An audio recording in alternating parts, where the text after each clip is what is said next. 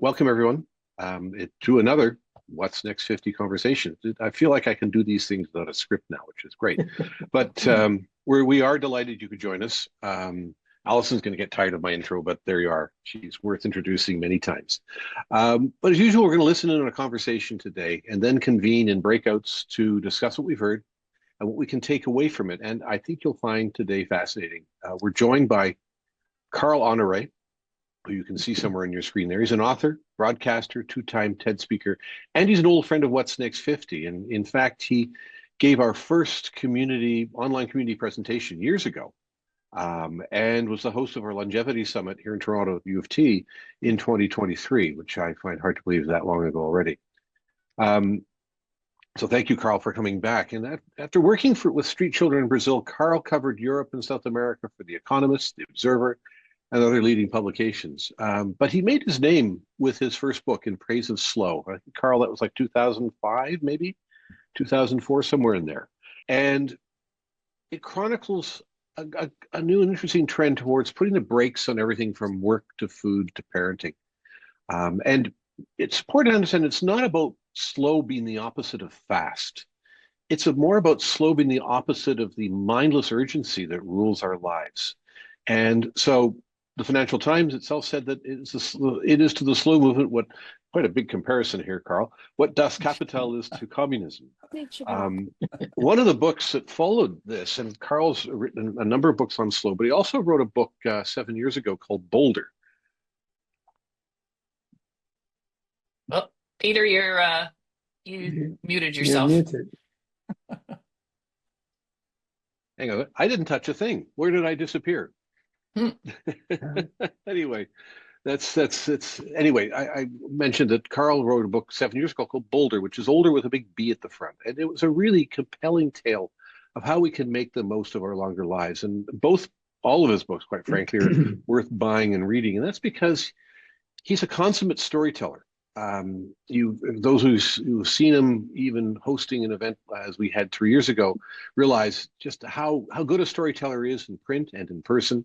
And as you'll find out more today, he speaks with Alison Smith, who we're delighted, of course, to welcome back. The longevity event Carl hosted, in fact, was Alison's first exposure to What's Next 50. And so he was so impressive that she decided to join us. And that's great. I'm glad they can reconnect in this venue. I hope you all know by now, because she's done a few of these, she is one of Canada's best known and respected journalists and broadcasters. And for nearly 4 decades, she brought the stories of Canada and the world home to Canadians in both television and radio, and has been granted many honors through a remarkable career. And for that reason, she knows how to have a great conversation, either fast or slow. It's your choice today, Alison. So I know Carl's going to do a bit of an intro here and positioning, and then you're going to chat, but you'll start off with you. And so over to you. Thank you very much. Yes, and we will get right to it. I know Carl has a bit of background, and he's going to sort of set the scene. So lay some groundwork for us, first of all, Carl. Sure. I was sort of thinking about how to do this. I'm just going to set the table with a general kind of intro to where we are with slow. And I thought I'd start by drawing your attention to a news story that made headlines here in London, England, where I live, a little while ago. It was about a couple getting divorced, and they went to the court, and the judge said, "What went wrong? Why are you here? What's the story?" And the husband answered first. He said, "Your Honor, it's a long story. We married young and we grew apart over the years, but the moment I realized our marriage was finished, just dead in the water, was one night when my wife and I were in bed together making love. I closed my eyes for just a few seconds. When I opened them up again, I caught my wife reading email on her iPhone, while we're actually in the middle of getting it on." Now, there are obviously two conclusions we can draw from that news story. The first is clearly that the husband in question, my guess is that guy needs to brush up on his bedroom technique a little bit. But the second conclusion is obviously the more useful and the more apposite for us today. And that is that, like that woman glancing at her inbox while having sex with her partner, we've all forgotten how to switch off, how to unplug, how to give ourselves over completely to another person or a moment. We've forgotten how to do one thing at a time.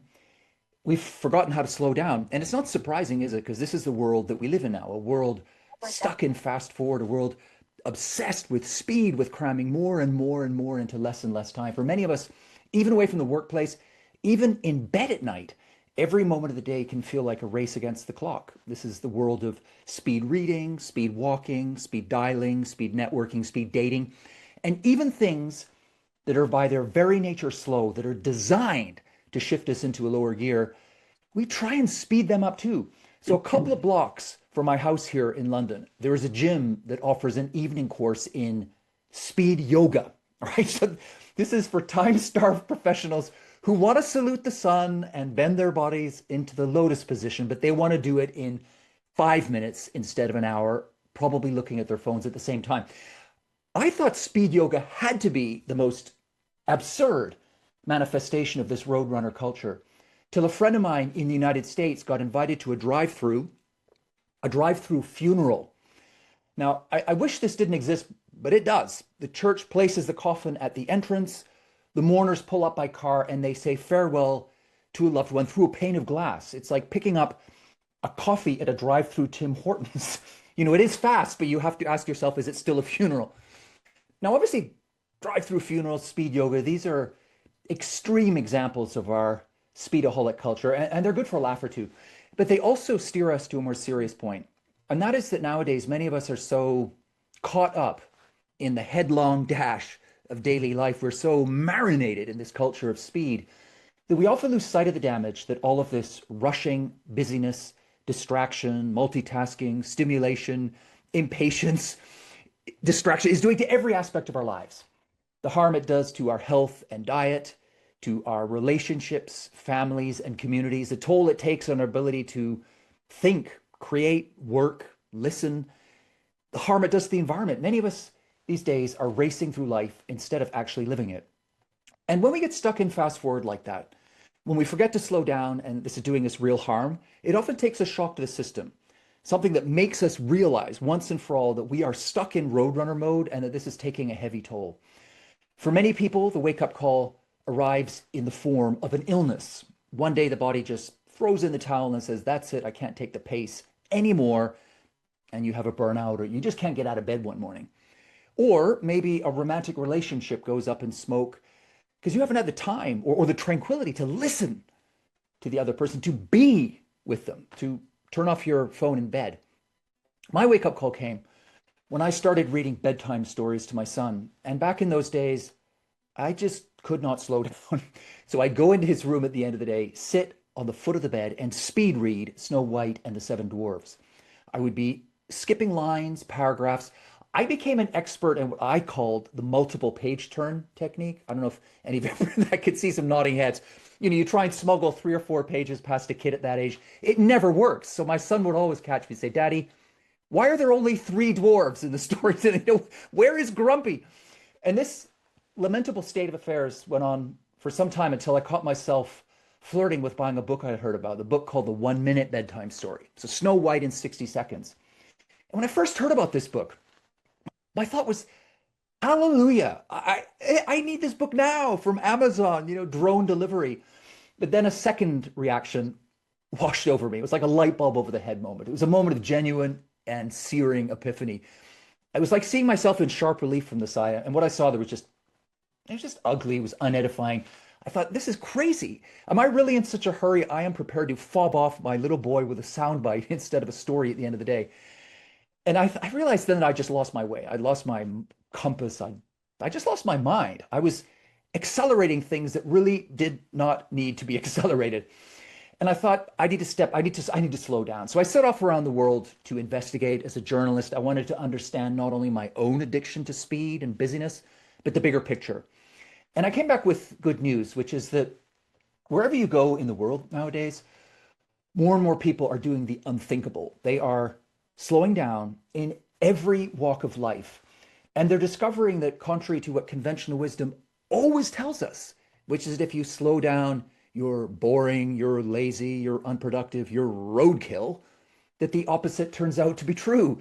That by slowing down judiciously at the right moments, that people find that they eat better, they make love better, they raise their children better, they work better, they think better, they live better.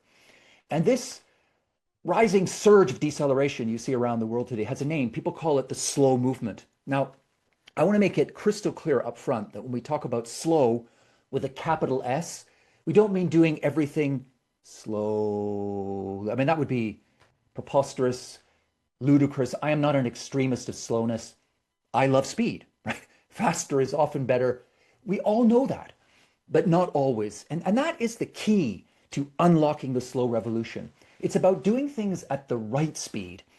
Musicians have a wonderful term for this. They talk about the tempo giusto, the correct tempo for each piece of music. And that kind of gets at the spirit of slow. It's about sometimes fast, but sometimes slowing things down as well, and then playing with all those different rhythms and paces and speeds in between. If you go deeper with this slow creed, it's really a mindset. It's quality before quantity. It's being present and in the moment. It's doing one thing at a time.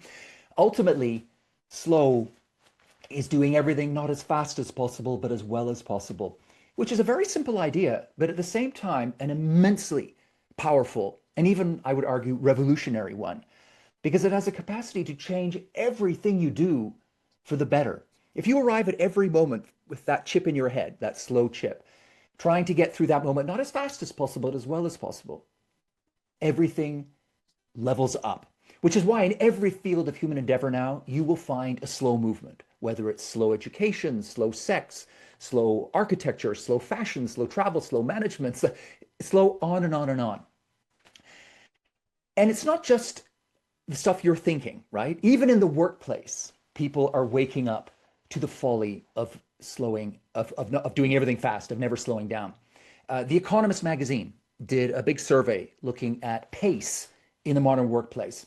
And they came to a conclusion that is a perfect summary of the slow creed.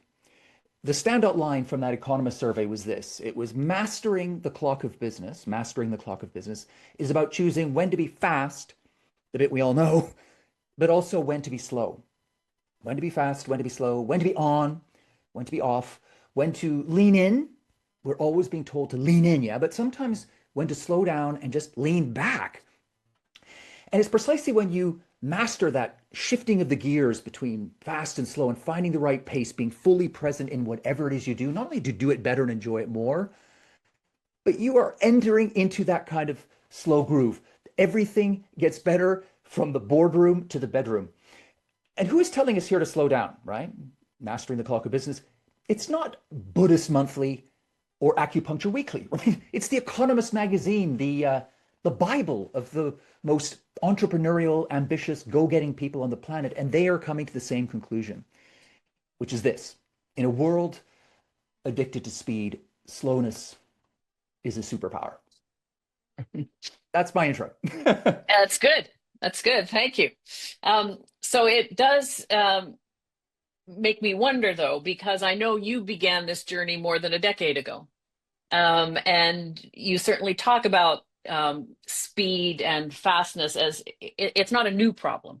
No. And you know, people tend to think of revolutions as something that are that's happening in the moment. So I'm curious to know, in your years now talking about this and traveling the globe talking about this, what's changed in the discussion, if it has? Well, the first thing I would say is that, yes, we often think of revolutions as being things that happen quickly and instantly, but actually the slow revolution is slow, right? It's a process, right? And I think that's at the macro level, to turn around this super tanker of acceleration, this upward curve of speed that we've been on probably since the Industrial Revolution. To turn that around is not going to happen in 6 months, a quarter. It's going to take time, and it is taking time. All of that being said, what has changed? I think the thing that I've noticed the most is that, I'll say two things. The first is that since In Praise of Slow came out all those years ago, the hallmark, the driving heartbeat of our culture has remained acceleration. But at the same time, the slow countercurrent, where people are looking to step off that relentless hamster wheel, to get out of turbo and find tortoise mode, that has really gone forward in leaps and bounds, right? So I mentioned some of those movements, slow this and slow that. That's now, so we've got this drive towards acceleration, but at the same time, we have a larger off-ramp than we've ever had before, right? So that's something to feel hopeful about. The other thing that has changed, I think, markedly, and this is a seismic and also very optimistic change in my mind, is the kind of people who are leading these slow movements. When I first jumped on this crusade all those years ago, it felt to me like the people who were most invested, most pushing hardest to slow things down were kind of the people, I guess, like 30 somethings, 40s, 50s, that kind of thing. It wasn't younger people. Whereas today, I think that has flipped. The slow revolution in so many ways now is led by the young because they are the ones who, I mean, we all will benefit from slowing down, but they're the ones in some ways who have had slow denied them through their very fast, hyper busy, constantly rushing the clock childhoods. They're getting into their teens, they're landing in their 20s, and they're looking around and thinking, this is insane. I am racing through my life instead of living it. I'm not learning. I have 10,000 followers and friends on social media, but there's no one I can talk to, right? So they can feel all of these sacrifices they're making on the altar of speed. And so when you find yourself going out, as I do all the time around the world, interacting with these different branches of the slow movement, I am so often finding that it's led by people in their late teens and 20s. I'll give you just a couple of examples. The first is there's a new social ritual that you see it a lot in London. I saw it just the other day at a cafe around the corner from my house where I'm talking to you now. And it's a ritual called stacking. And it's I think it's in some place in Canada as well. It works like this. When young people, so late teens, 20 somethings, go out for a coffee together, they all sit around the table and they pile their phones up in the middle of the table in a stack. And whoever reaches for the phone first to, break the spell, to look at Snapchat or send an Instagram message, pays the bill for everybody around the table, right? And it's just a nice, nifty way of saying, we have this moment here together now. We're never going to have this moment again. Why ruin it by trying to be in several moments at the same time? And this ritual of stacking is not the invention of baby boomers or what am I, Gen X, those of us who didn't grow up with screens. This is the digital natives who are coming to the table and saying, you know what? We like a bit of speed from the screen from time to time. We understand the joys of TikTok, but there are limits. There are places where you want to step away from the vortex, the frenzy, and get into something slower, deeper, more rich, more human. And so something like just as small as stacking, that really lifts my spirits. And I want to just give you another example as well. I was in Paris recently, and I spoke at an event for an organization called the Offline Clubs, which started in the Netherlands and now is spread across Europe. And what it is it brings together young people, again, late teens, 20s into early 30s, into public spaces. So sometimes they might meet at the foot of the Eiffel Tower, or sometimes in a museum or an art gallery or a cafe.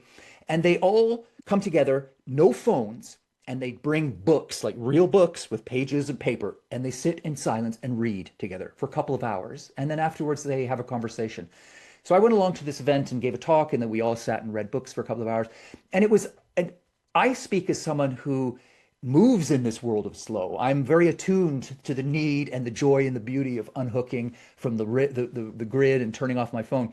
But it had been a long time since I'd been in a space with so many people, also such young people, for so long with not a single screen in sight. And there was something deep, tidal, and transcendent about it. I mean, I just found it absolute. My spirits were soaring afterwards. And to see these young faces lighting up some of them for the first time, they put away their phones for 5 hours because friends had brought them over and said, this is something you really might enjoy. So, we mustn't ever, there's a lot of, I talk in a lot of my work about ageism, and there's a lot of stereotypes about the younger generation being feckless snowflakes and entitled. Nah, that's nonsense. These are real people, and they're going to save the world if we would just sometimes just get out of the way, the rest of us, and let this, unleash that slow revolution that we could maybe older generations like us can fall in their slipstream. At the same time, many people, young and old, would find that experience, and I would just say more generally, slow, quite uncomfortable. That speed is, you talk about speed and fastness being a distraction. Talk a little bit about that, and it probably speaks to why it's so hard in some instances to be slow. Yeah, I think there are many things driving us to go fast. You can think of the workplace, higher demands, technology, conditioning us for things to be faster, consumerism, we want to have it all and that. But I think if you dig a little deeper, you find that one of the main motors of speed, distraction, and busyness is something more metaphysical. It's a way of running away from ourselves. I think of speed for a lot of people as an instrument of denial, because when you're in that fast, distracted mode, you just skim the surface. You don't have that encounter with yourself. And Socrates told us all those years ago, right, that the secret to a good life was to have an examined life, which means pausing, taking the time to step back from the sound and fury of daily life and to go inside and to grapple and wrestle with the big questions, such as who am I? What is my purpose here? Am I living the right life for me, or am I just cruising along an autopilot? These are questions we need to reckon with. But it's scary. It's like you say, at first, especially if you haven't done it for a while, those questions are unnerving. And it's easier and simpler to go for the small questions, to speed up and just grapple with the trivial stuff like, I don't know, where are my keys? I have an 11 a.m. Zoom. That's easier. That's not scary. But that's not fulfilling. That's not how you design a life worthy of the name. So I think a lot of what happens with speed is that people blame external factors. Oh, it's my boss. It's my social network. It's just this, that, and the other. I live in a big city. But actually, I think often it starts inside us, that it's a form of escape from ourselves. And that means in that sense that it's a good place to start is with ourselves, right? We actually have more autonomy and more room to maneuver when it comes to slowing down, I think, than we often give ourselves credit for. Is there a difference, and maybe there isn't, between slow and what we commonly call mindfulness? It's funny when sure. Yeah. When the Are they mindful the thing same happened, thing? I mean, I feel like there's the old Venn diagram thing, right? In Yeah. the great Venn diagram of this topic area, I think there's a huge overlap between slow and mindfulness. Definitely. I remember when the mindfulness thing came out, because I was already doing the slow stuff, and I was reading all these things about mindfulness. And I thought, this is just a kind of rebranding of slow. It's a new way of talking about slow. Right. So I do feel that there's a lot to go on with, because the superficial level of slow is just the velocity on your speedometer, right? But that doesn't get you the whole way. You've got to go deeper. It's about intention. It's about presence. All those things that intersect so smoothly with mindfulness. Yeah. You also talk about what you describe as the delicious paradox, between slow and both creativity and productivity. Talk a little bit about how those things work together. Yeah, I use the phrase the delicious paradox of slow to describe this phenomenon. I think when most of us pause for a moment and think about it, we realize to be true, which is that very often by slowing down and doing things at the right speed, giving our full attention to whatever it is we're doing, not only do we get better results, but often we get them faster, right? I mean, put it another way, it's like Jackie Stewart, the famous race car driver, once said, in order to speed up, you have to slow down, right? And so it's kind of that. I like to think of this whole slow thing as almost like a dance. And coming back to the tempo metaphor of music, you're kind of constantly, you're fluidly moving in and out of different tempos and speeds. And when you're constantly or pretty close to the right pace, then you're going to do the thing better and enjoy it more. So hence the delicious paradox of slow. You mentioned creativity. I mean, that is one of the great arguments in favor of slow, because there is and there always has been a deep and intimate and robust bond between creativity and slowness. I mean, the greatest thinkers in the arts, science, and business have always understood this, that in order to fire up your creative engines, you have to slow down, right? You just have to.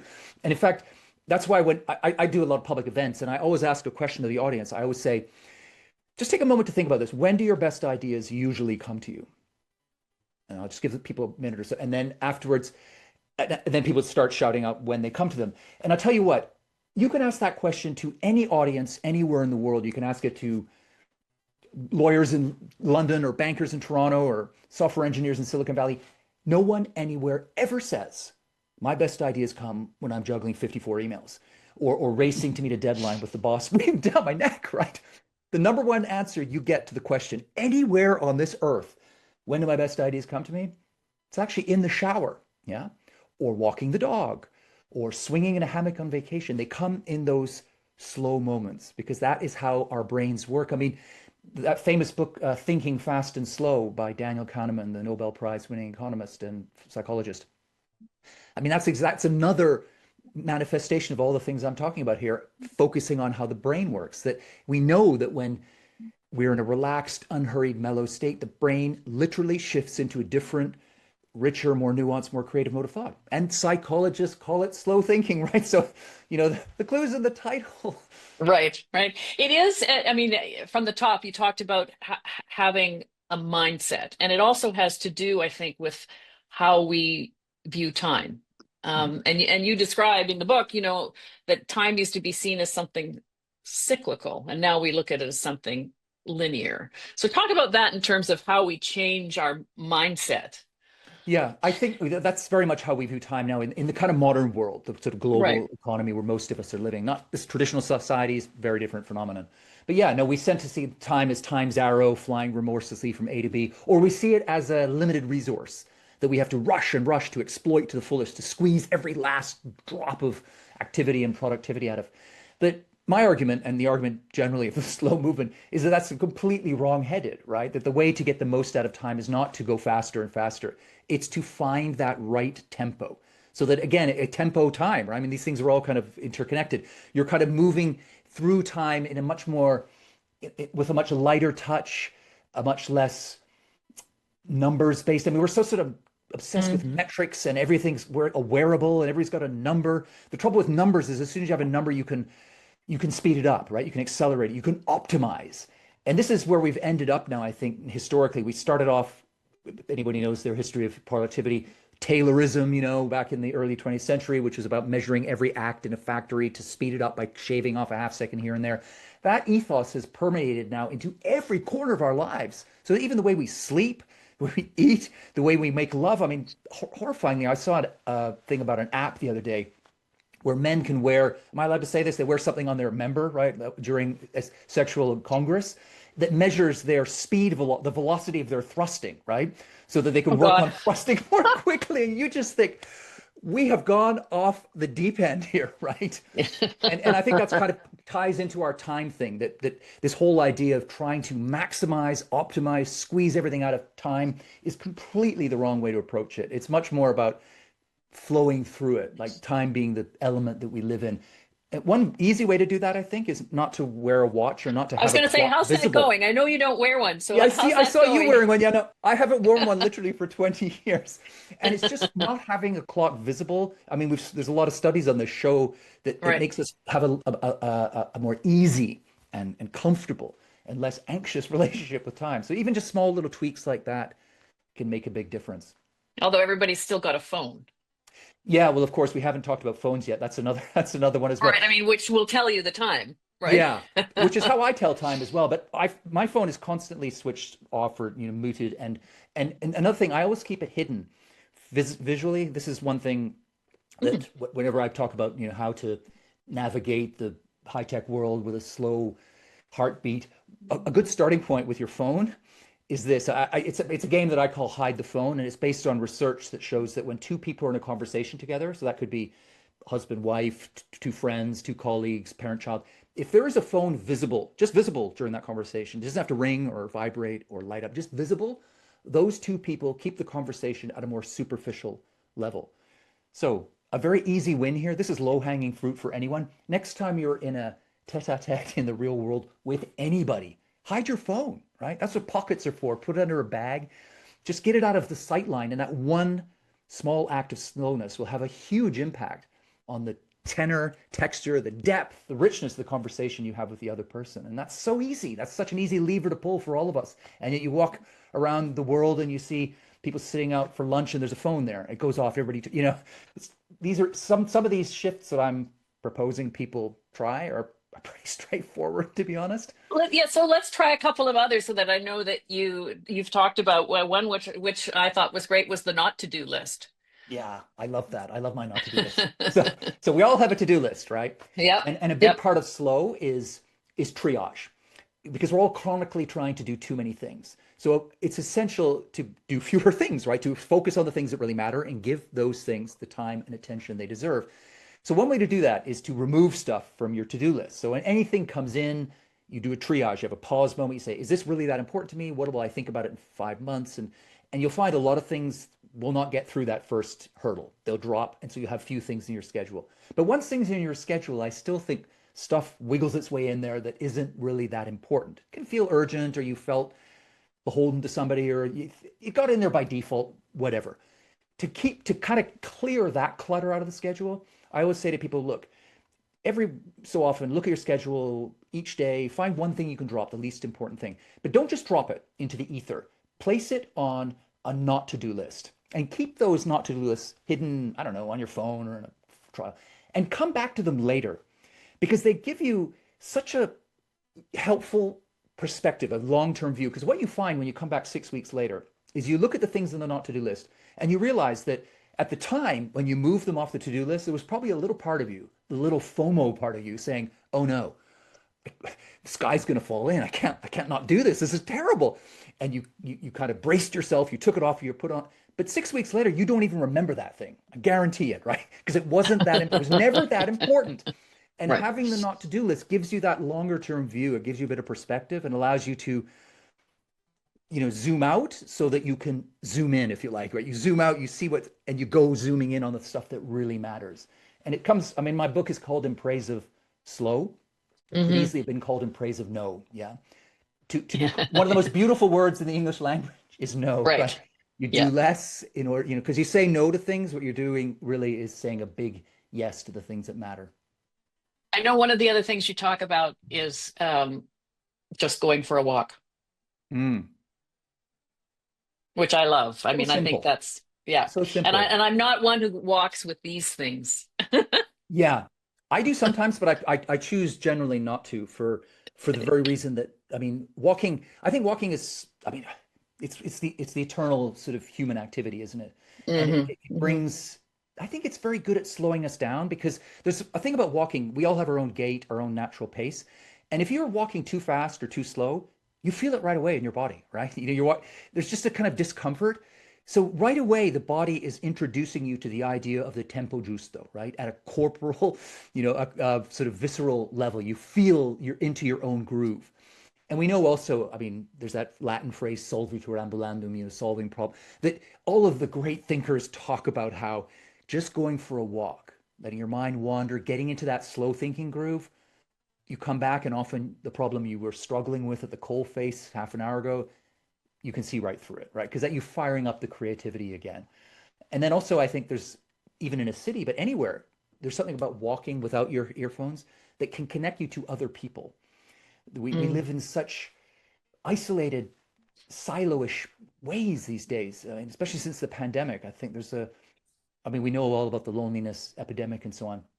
And that's horrendously poisonous for us, right? We are social animals. We need social contact. And a lot of research lately suggests that chronic loneliness and social isolation is as bad for our health as smoking 15 cigarettes, right? We need that social contact. And if you're constantly away from people, looking at screens, you don't get it.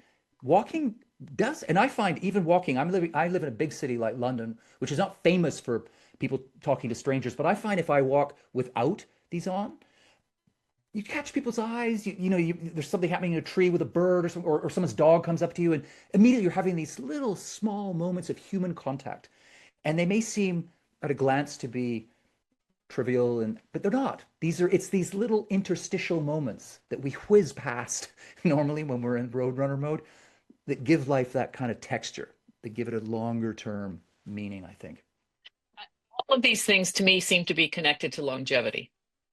Yeah, absolutely. Yeah, which is maybe why I ended up, after writing my 3 books about slow, writing one about longevity. It felt like a natural extension.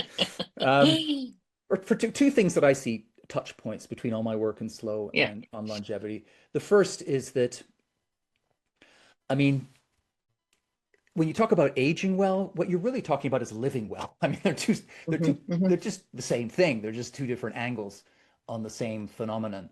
So in order to live a long and happy life, slowing down is a big part of that, right? Channeling all this slow I'm talking about, whether it's with your food, the relationships you build, the joy you take, the pleasure you take from those small moments, the deep, rich, important work you do because you're slowing down and not making terrible mistakes and rushing. All that stuff is going to set you up for a better outcome in longevity. So slow, slow is not your enemy, it's your ally at any stage of life. The earlier you start, the better. And I would argue that slow is really a great driver of a long and happy life. And then there's sort of just another little thing with longevity, Sure. Yeah. which is I think a couple of things happen as we get older naturally. One is that we do tend to slow down physically. I mean, I'm a hockey player. I still play hockey now, but I tell you what, I can't move as fast as I could when I was in my 20s. And then I think there's other things that seem to happen as well. People tend, as a general rule, to get better at, like, our social acumen improves, our social skills. We get better at listening, resolving conflict, reading body language, leading, collaborating, all that stuff. That slow stuff, right? The human stuff. We tend to get better at that. It also seems that people get better with age at just being in the moment, just sort of enjoying the moment. And I notice all of these things in my own life, right? And I see it with the people around me and who acknowledge it, that they can feel this kind of slow, this good slow, not the bad slow, the good slow, creeping up on them and being a really lovely silver lining to later life. And then the last thing I think is that phenomenon that some people talk of it as gerotranscendence, or this idea that as we get into the second half of our lives, we become less obsessed with our own personal glory and status, and we start to want to give back and be of service. And that's something you find across all cultures, all socioeconomic groups, all ethnic denominations, right? That people begin to feel that deeper pull below the surface to something bigger than themselves. And that's slow too, right? That's another way of talking about slow, because a big part of slow is getting away from the selfishness of speed, because there's something so isolating and solipsistic about speed. You get locked in your own, speed tunnel, and getting out of that, slowing down to get out of that. A big part of that is connecting to other people. Final little data point here. There's a lovely proverb. People often say it's from somewhere in Africa, but it's universal. And it says this: if you want to go fast, go alone. If you want to go far, go together. And I feel like that's a kind of nice little way of dovetailing slow and longevity. And I think you've just, spoken magic and light to Mebs and the other founders of What's Next now. So Thank you. I think I'm going to leave it there, because I know that there will be some other questions. I not only enjoyed reading your book, even more so I enjoy speaking with you, Carl. Thank you. Thank you, Alison. It's been a pleasure. I've been in good hands from the start. So I think it's back to Peter, right? You got to turn on your microphone. Of course I do. I'm usually good at this. I'm not today, but I'm thinking too slowly. Thank you both. That was a great conversation, and I think, Carl, the way you rope this back into the conversation around longevity is brilliant, because in fact, and people have asked, there's some interesting questions. Rick Planos asked about this whole notion of loneliness in men, for instance, and we'll get into our breakouts in a second, but I want to address a couple of these came up, and how are we going to address a lifestyle that starts to address the issue of men and loneliness. I think that was an interesting question. And how does this tie into that? Yeah, this is a big question of the moment, isn't it? And men and boys as well, right? It's starting very, very young, that isolation. I mean, I think we're starting to see some clamping down and rolling back of the social media juggernaut. I think that's been so bad for, I use social media. I think it has its purpose and it has its use. But I think it's, talk about a double-edged sword. I think we can all feel that it's eroded so many good things in our lives, right? And I think that's particularly a disservice to the young. So I'm pleased to see new initiatives. I mean, I'm not sure if it's exactly the right move, but Australia getting away from turning off social media for under 16s, other countries following suit. I think getting, well, not just boys, but girls away from social media, getting them back into real world situations where they are socializing, building those social skills, being able to listen, to be in discomfort. I was in a school the other day in France, and I was talking to the therapist there, and she said to me, we've got a case of a boy who's about 10 years old, very sociable. He was getting along with that, and then he just over a few months began to completely flip. He couldn't talk to people. He was just, And so we pulled him in for a session, and she said to me, it became very clear that he'd started using Chat GPT as a companion, right? And he said to her at the end of the first session, he said, you know what, the reason I find it really hard to be around people is that it's just difficult. People don't always agree with me. It's not smooth. Like with ChatGPT, everything just goes smoothly and everything agrees with me. You just think, so I really think, I mean, this is not just for children, this is for adults, this is for everybody. We really need to take a pause, take a beat here and think about how these technologies are they came online promising to connect us, but I think on the contrary, they have disconnected us as well. I think it's also helpful for men, particularly, to be creating more spaces, like physical spaces in the real world where men can go and where it's not necessarily competitive and just be together. There's a movement here in London now to get men together, cooking together, you know, and going to the market. It's based on a tradition in San Sebastian in the Basque Country, where groups of men, clubs, and go to the market, buy food, come back, cook it together, spend the whole day sort of cooking, eating, and chatting and stuff. And I've been to one of these, and it's just a joy. It's just joy, right? I'm going to try and set one up myself here in London as well to get rope in some people I know who are wonderful men, but do feel lonely. And I think it's often because they look around the world and there just aren't those spaces somehow, or it just feels like the world isn't geared up for it. Slow spaces. Yeah. Yeah, slow spaces. Exactly. Yeah. So what we're going to do now, because I think we could probably ask a million questions, but we're going to do the breakouts here, Colleen, and you'll describe that in a second. But really, I just want a couple of things, because there's been so much to think about today that it's difficult to take it down to one question, but I'll throw one at you anyway. Where, in your perspective, does urgency, as opposed to agency, rule your life?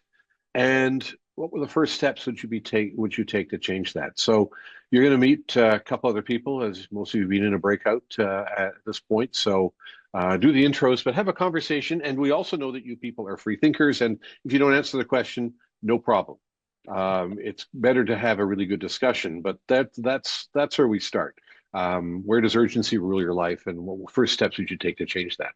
So, Colleen, if you want to wrangle these people into breakout rooms, that'd be great.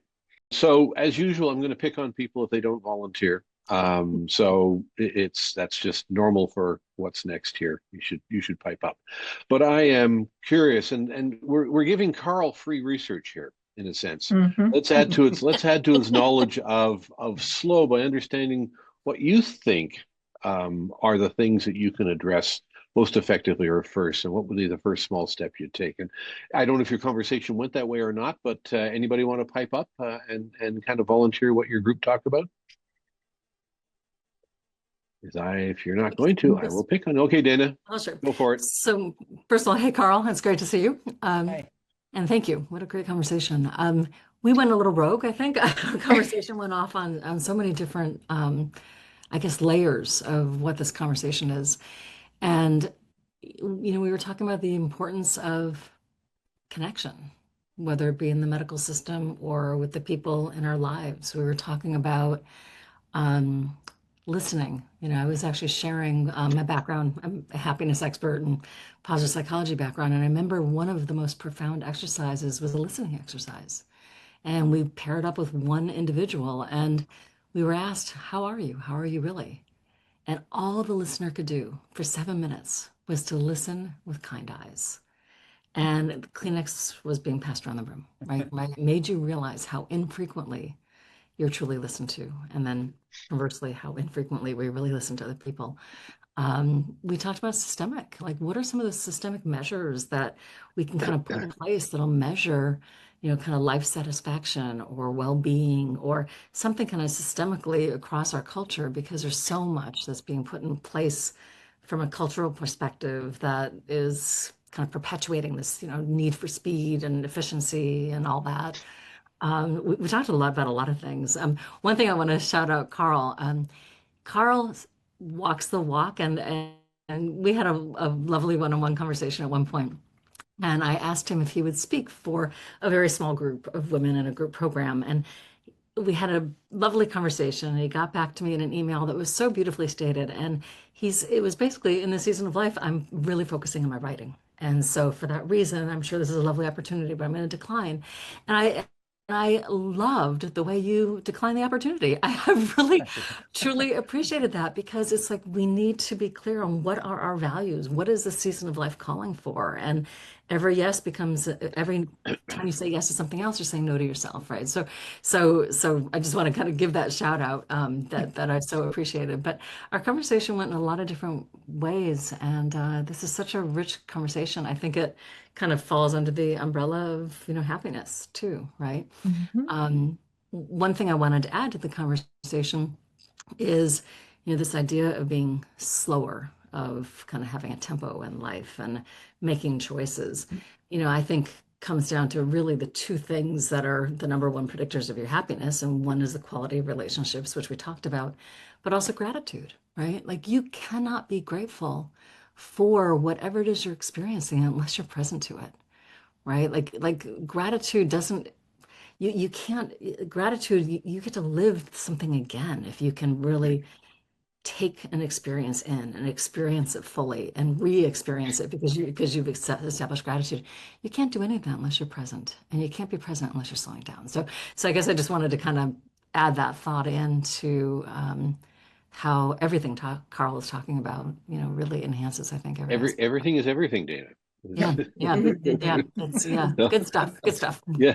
So anybody who wasn't in Dana's group want to pipe up and because I don't know how the groups are composed. So I anybody think want to Yasmin chime had in? a hand up. I'm sorry. Oh, Dana? did Yasmin have her hand up? Yasmin have a hand up, yeah. Oh, there you go. Oh, there it is up there. I couldn't see it. Okay. Yeah, I think our group went a bit rogue too, but had some really deep and interesting conversations. And maybe, Carl, you can give us your thoughts on this. Is slowing down a privilege? I mean, we're in an age of our lives where we've done the work of raising our families, of maybe making financial foundations. I work a lot with new arrivals to Canada that find the Western life very fast-paced and expensive. Some of them are working two jobs. Their kids are working after school to just put food on the table and a roof over their head. So is slowing down a privilege? I would say no in short, but it's a nuance no. I mean, obviously anything is easier to do when you have money, and everything is harder to do when you don't. So I set that up as the kind of the goalposts through which we'll pass. I think that the kind of people you're describing there, and I've worked in those sorts of environments as a journalist and also my slow work as well, is that people often think when they hear slow that it means working fewer hours, earning less money. And that's only one version of slowing down. It's not the only one. And for people like you're describing there, it's not even an option, right? But there's a whole other part of the slow panoply, which is often those smaller moments. So if you look at, say, in Canada, the average person in Canada, and this will include the people that you're describing, is now spending, I think it's somewhere depends, like 4, 5, or 6 hours a day on like looking at a phone or on social media. No one is holding a gun to your head to go doom scrolling on TikTok for 45 minutes, right? Those are things that anyone in any socioeconomic circumstances can choose to say, you know what? Phone off. I'm going to read a bedtime story. I'm going to have a conversation with my partner. We're going to sit around the table and break bread, a very simple meal that we've had to graft hard to put on the table. But we're going to sit here together without distraction, and we're going to talk, and we might have arguments. We might sit in awkward silence, but that's what being a human is. And now you slow down to get there. So I think there are always levers I find in those circumstances, even in people who are living in dire straits, people who are not getting a fair deal, and goodness me, many people aren't these days. There's still always something you can do, I think, that would channel some of that slow. But I circle around to the beginning, which is to say, of course, everything is easier with money. And I think at some point in the conversation earlier, someone mentioned this idea of big macro changes. I mean, I think to get to a world where everybody can be as close to the tempo giusto as possible, we need some really tectonic shifts in the way we run the economy, the way, we think about retail, consumerism, all of these things to get away from the, well, mess with a capital M that we seem to be in at the moment, right? Which militates against slowness. It militates against everything that makes being a human worthwhile. So That's very helpful. Any other thoughts from people? I don't see any hands raised, and this is such a rich topic. I'm surprised. I'm going to pick on. Well, let me see. Helen, do you want to just weigh in? Yeah, but this isn't a reflection of the conversation. We had a wonderful conversation, I want you to know. And we all talked a bit about urgency and agency. And although in theory we agree with everything that's being said, the reality is, that's more challenging. But I just wanted to raise something that we didn't get around to discussing, Carl, and that has to do with the world being digital as opposed to analog. And I wonder oftentimes about that, even that image, and my husband says this all the time. He says, Helen, you watch, the future is analog, he says to me all the time. And I think, that's a really interesting image. And I see that when you talk about Gen Z, and I'm familiar with lots of young people, I see that they are nostalgic for what was my childhood, that it's unusual for them to not be tracked going to a playground or whatever. And I do think that may be where we're going, some of us might be going back. And I think when I say back, I don't mean it negatively. I mean purposefully, intentionally, because of the relationship issue and the fact that nobody, you talk about gratitude. I think about kindness. One of the easiest ways of being kind is just to smile at a stranger in the street, and what a difference that makes to individuals. Anyway, I'm just curious as to what you think about the future being analog. yeah, well, I do think, and I hope that it will be a lot more analog than it is now. But I suspect it won't be entirely analog. I think we're going to need and want to keep some of the digital stuff, the good side of it. But I think if you look back through history, whenever a new technology comes on stream, the same thing always happens, that we go overboard. It takes time to work out what the right social norms and cultural protocols and just rules of the game are around it to get the most out of it. And I think that we've maxed out with digital. And we're seeing that big pushback. I mentioned the social media bans and stuff. I mean, these are the canaries in the coal mine, or they're the kind of tip of the iceberg as we recalibrate and start getting back to, okay, digital makes sense here, but in this other context, it really does not. And I think that's where we're going now, and that's where the conversation is heading. And it's such a rich conversation because it is very often driven by those digital natives who you would expect to be completely in thrall. There's this phrase, I think they're calling it grandma core, right? So kids, young people doing knitting, crocheting, all these things, right? And my daughter is huge sewer, all this stuff, right? Yeah. Or my son's got his record player, he plays whole records and they listen to albums, and they sit around and do this stuff. And it's kind of like they're these time traveling anthropologists, getting a little kick. But I think it's deeper than that. There's a deeper need being responded to, and it's the slowness of the analog. It's you start off by talking about analog versus digital, and we talked a little bit about time earlier. Something very interesting about the way a clock works, right? A digital clock only shows you now, this particular moment. You are unmoored and unhinged from the past and the future, and there's a kind of craziness about that. I think if you see a clock, in a sense, you've got a sense of there's a great swing. And especially if you've got a traditional clock that's cyclical, you've got a sense that the time is flowing away from you, but it's also coming back. And you're in some bigger tidal movement or shift. And I think there's something kind of reassuring about that. Final just anecdote to throw in here about clocks. I was doing an event in Lima in Peru with some teenagers, and one of the back of the room said, the thing I'm doing for slow is I've bought an alarm clock, like an old-fashioned alarm clock that he wakes up to. And I said, oh, that's really interesting. Why? And he said, well, I realized that when I was waking up with my phone, it meant that using my phone as an alarm, the first thing I did was I'd see a message And right from the get-go, you're off. You're off to the races. You're in digital mode. Whereas an alarm clock, you don't have the phone in the room, so we know the studies show very clearly you sleep better, the blue light, all that stuff we've all read about. But also you wake up better because you start slowly. You start at your own pace, your own groove. You see the sunlight, maybe the sunlight wakes you up, that kind of thing. And you're not instantly in the digital, you're in the analog. So I think something along those lines, that kind of finding that dance between the digital and the analog is where we need to go. And I suspect it's where we will go. Thanks.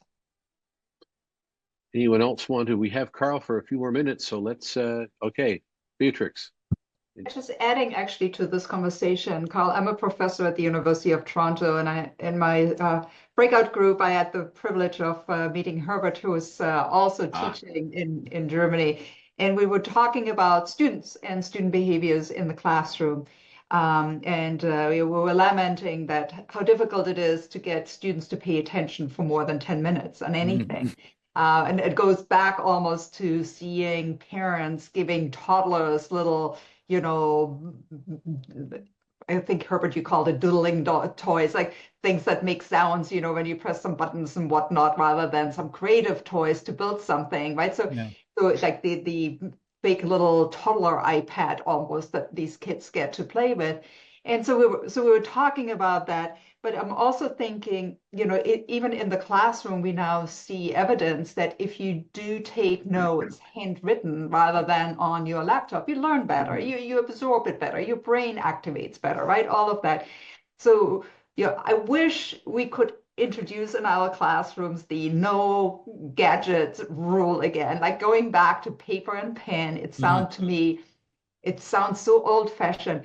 If I were to introduce that in a classroom in the university, I think I would have such a backlash. I'm not even sure my dean would back me up on that. But it sounds to me, it would make so much sense. Like, wouldn't we say, yes, it's more convenient to take notes on your laptop and it's organized right away, but it's so much better for your learning to go back to analog, if I may just call it that, like paper and pen, right? Why are we not fighting this more? Why are we doing everything for the sake of convenience? Really, isn't that what we come back to? Like, is it more convenient? Isn't that the answer to everything as a cop-out to why we are not pushing back harder? I think it is. But convenience is a false god, right? It promises ease, it promises doing things better, but actually very often it's completely the opposite. You do things in a shoddy way, you don't do them well, they don't stick, you don't remember all that sort of stuff. I think it's one of the great curses of the modern era is this cult of convenience. But coming back to education, I do think that we're starting to see some pretty serious pushbacks. The older the children are, the harder it is, because they are so steeped now in that kind of dopamine squirt, jumping from 5 minutes to 10 minutes and stuff, and doing everything on a screen. We really need to be focusing more, I think, on the younger ages, and we're starting to see that where school systems keep getting phones out of the schools now in a way that maybe wouldn't have been imaginable 10 years ago or 5 years ago. Teachers at those younger ages getting away from screens and doing much more paper, so we are seeing that stuff happening. And at the other end, with the older students, I was just reading about a program, I can't remember which one, it was an American university, where they go away for sort of a week, and it's all pen and paper. It's all very old style learning, slow learning. And these programs are hugely popular, right? The kids, once given a chance in the right context, and maybe when you take away the academic pressure or the exam score stuff, they are still yearning for it. But, I sometimes use the word addiction when I talk about speed, big word, the A word, but I think it's right. I think it's bang on that we are kind of addicted to this speedy, distracted, multitasking whirlwind. And you can't come off addiction even though someone makes a very compelling case to you. It's a process. You'll have withdrawal symptoms. You're going to push back against it. So it's not going to be easy to turn this around, but I do think that the demand is there, right? And it's about kind of tapping it and finding the doors that are slightly ajar that we can push through. So it may not be your dean, but it might be, someone in your department who's able to sort of set up, or you yourself could set up a little thing outside the class or something, and give those students a taste of what it's like to be away from screen and learning in that environment or something like that, So there is always something one can do, but I'm not some you know, Panglossian Pollyanna. It's you know, this is going to be hard, right? It is hard. I've been on this crusade for 20 years. It's not you know, it's not going to happen tomorrow, but thank you for your it is happening more and encouragement. more. Yeah, thank you for your encouragement. Appreciate it. So there is so much more we could talk about. We have always committed to ending on time, and we are there. We were talking in the breakout how quickly things you're really enjoying pass, and this hour and a half zipped by. It really did. Thank you, Carl. It was a remarkably compelling conversation, and I know we haven't given airtime to a lot of people who had some interesting to say. Sorry about that, but you know that's that's the way it happens because we don't have that much time. And if anybody enjoy these kinds of conversations, it's really important to understand that that's what's next is built to do is facilitate those, not just in this context but anywhere. And the idea of actually consciously going out and having a conversation with somebody is actually unbelievably rewarding. So if you are a member, great, let's use that facility. If you're not, please join and use that facility. On that, Mebs, I just, if you want to have one final word to thank Carl, it'd be great. Not much other than it's always wonderful to have Carl back. And Carl, thank you for your ongoing support of What's Next 50 in our community. And it's always a pleasure to see you. So thanks again. And thank you to the community that came together today. Thank you to all. So And thank you all for joining. Thank you, Colleen, for making sure this actually worked. Yes. Which is no small achievement. Yes. So Colleen's the powerhouse behind this. I appreciate that very much. Thank you, Carl, again, and we'll be talking to all of you hopefully soon.